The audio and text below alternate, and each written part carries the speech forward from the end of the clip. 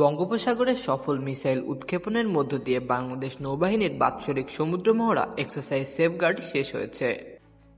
বুধবার সেনা, নৌ ও বিমান বাহিনীর প্রধান নৌবাহিনীর যুদ্ধজাহাজের সমাপনী দিবসের মহড়া প্রত্যক্ষ করেন।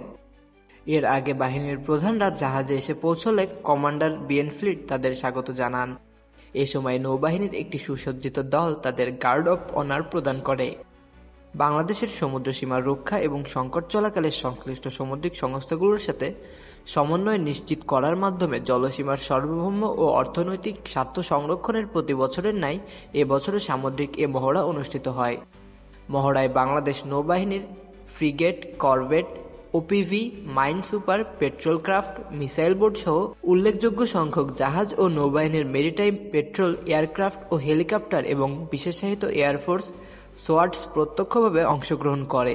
এছাড়াও বাংলাদেশ সেনা ও বিমান বাহিনীর কোস্টগার্ড সহ সংশ্লিষ্ট মেরিটাইম সংস্থাসমূহ এ মহড়া প্রত্যক্ষ ও পরোক্ষভাবে অংশগ্রহণ করে।